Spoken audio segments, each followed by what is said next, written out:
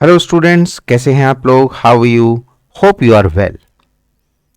I welcome in this channel English by Jarmesh sir. So the very first thing we are going to study today the Puritan age, one of the most important literary age. So सबसे पहले हम देखते हैं Puritan age का time period कितना है. The time period of this Puritan age is from 1620 to 1660. Basically, we see that this age comes and includes the Jacobean age from 1603 to 1625 and also the Caroline age, that is from 1625 to 1649. यानी if you see Jacobean age यानी कि James first, Caroline age Charles first and then Puritan, all these comes under Puritan age and these age comes after Elizabethan age. आप बढ़िया से जानते हैं कि Elizabethan age का basically time if you see it was from 1558 to 1603, यानी in 1603 Elizabeth died. So basically Puritan age, ये इस प्योरिटन एज को बेसिकली हम एज ऑफ मिल्टन भी कहते हैं because the most important figure, literary figure in this age was Milton. So Puritan age or the Miltonic age, we are just going to have questions based on that. So चलिए लेते हैं सबसे पहला question हमारा, और सबसे पहला question है how many periods the literature of 17th century divided. ये कितनी पीरियड्स में डिवाइडेड है? क्या ये 2 पीरियड्स में डिवाइडेड है, या 3 पीरियड्स में डिवाइडेड है, या फिर 4 पीरियड्स, या फिर none of these. So as I have earlier discussed with you कि after Elizabethan age we see Jacobean age and then Caroline age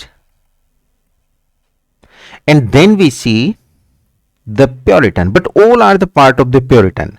And after Puritan यानी कि from 1620 to 1660 what we see the restoration age, यानी कि restoration of the monarchial system under Charles second. So ये जो restoration age है इसका time हमारा जाता है 1662 अराउंड एंड अराउंड 1700. रेस्टोरेशन को बेसिकली हम न्यू क्लासिकल में भी पढ़ते हैं. न्यू क्लासिकल यानी कि उसकी शुरुआत है.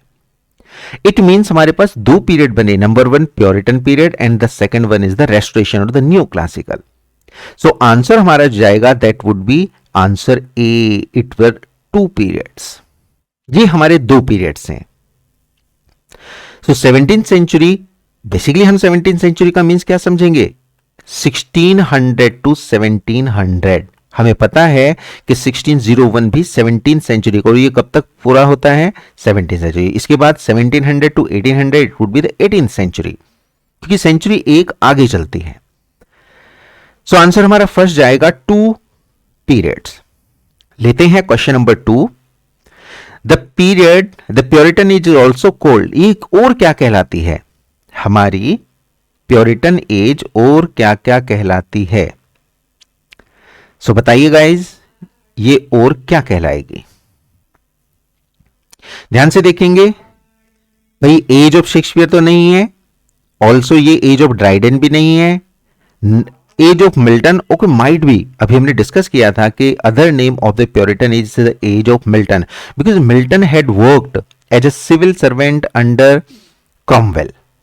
तो आंसर हमारा क्या जाएगा? आंसर वुड बी सी, यानी कि एज ऑफ मिल्टन. हम दूसरा नाम देते हैं किसको? प्योरिटन एज को. और मैं आपको बता दूं कि प्योरिटन का मतलब है प्यूरिफाई करना. प्यूरिफाई करने के मीन्स किससे जाता है? यानी एलिजाबेथन एज, उससे पहले जितना भी लग्जरी सिस्टम था, जितना भी मटीरियलिज्म था, उस सबको प्यूरिफाई करने की बात की गई थी. तो यही इस वजह से प्योरिफिकेशन कहला, यानी कि प्योरिटन कहला. प्योरिटन का मीन्स है प्यूरिफाई करना. आगे बढ़ते हैं, क्वेश्चन नंबर 3 को लेते हैं. Period of puritan as last for, ये कब से कब तक जाता है?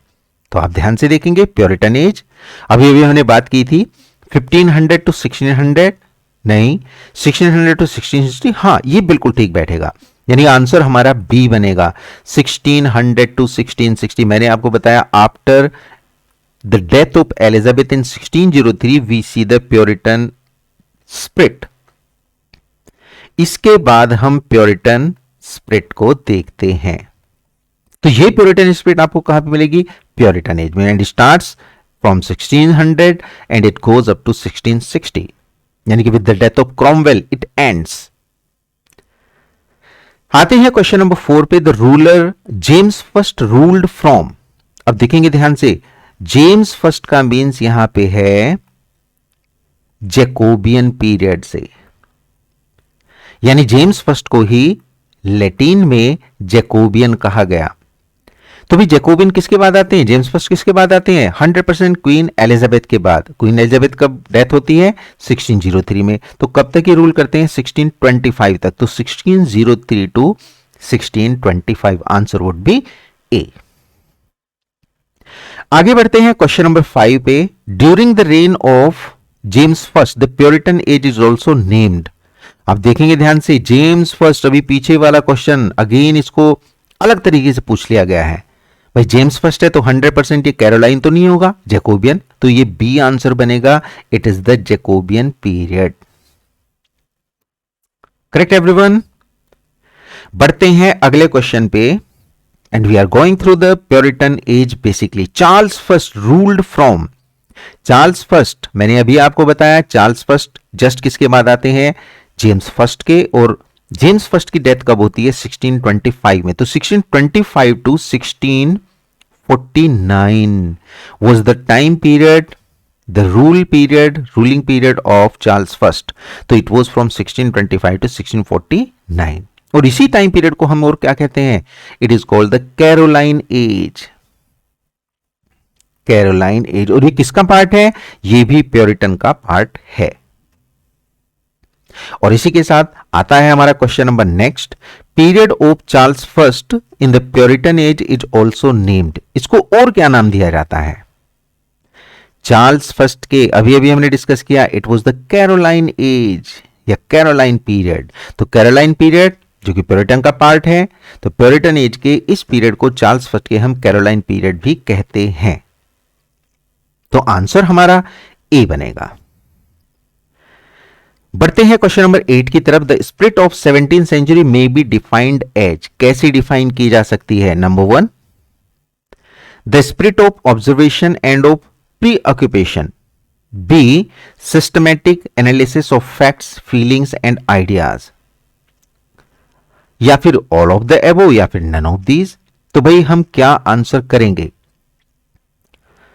क्या ए सही है, बी सही है, या फिर दोनों ही सही है। सो गाइज अगर हम ध्यान से देखें तो spirit of observation and of प्रीऑक्यूपेशन, systematic analysis of facts feelings and figures, ये दोनों ही सही हैं। तो आंसर हमारा बनेगा ऑल ऑफ द एबव। बढ़ते हैं क्वेश्चन नंबर 9 की तरफ, for the first time which language the writers begin using as a vehicle of storing and conveying facts.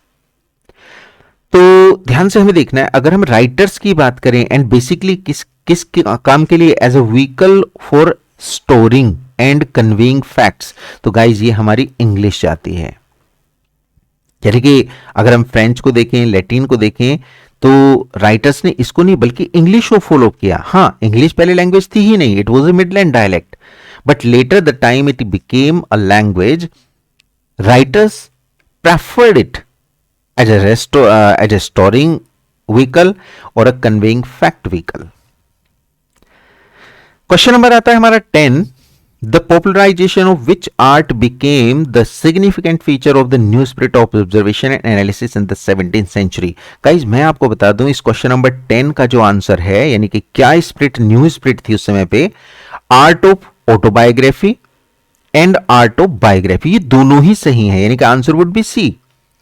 But सबसे बड़ी बात यहां पे देखने की है कि ये जो आंसर हमारा बोथ ए एंड बी है, biography and autobiography as a genre was not there, ये जॉनरे के रूप में वहां पे था ही नहीं। यानी कि अगर हम देखें biography autobiography, it comes in 18th century, क्योंकि दोनों ही किसका पार्ट है, प्रोज का, और प्रोज की एज ये 17th सेंचुरी नहीं है। प्रोज की एज कौन सी है, 18th सेंचुरी, यानी कि इससे जस्ट नेक्स्ट सेंचुरी। लेकिन यहां पे कैसे, यहां पे जर्नल की तरह से लिखे जाते थे। कैसे लिखे जाते थे, जर्नल की तरह से। कैसे लिखे जाते, मैगजीन्स की तरह से, राइट। तो जर्नल, मैगजीन्स एक्सेट्रा के रूप में लिखे जाने को हम क्या नाम देते हैं, 17th सेंचुरी की सिग्निफिकेंट फीचर, और उसका पॉपुलराइजेशन होता है autobiography and autobiography. So guys, आज की इस क्लास में हम इन 10 क्वेश्चंस को लेंगे, जो बेसिकली हमने किस पे फोकस किया है, we have focused on Puritan age. तो चलिए मिलते हैं नेक्स्ट क्लास में, तब तक आप इसे कवर कीजिए, बढ़िया से तैयार कीजिए। Thank you so much, have a great time.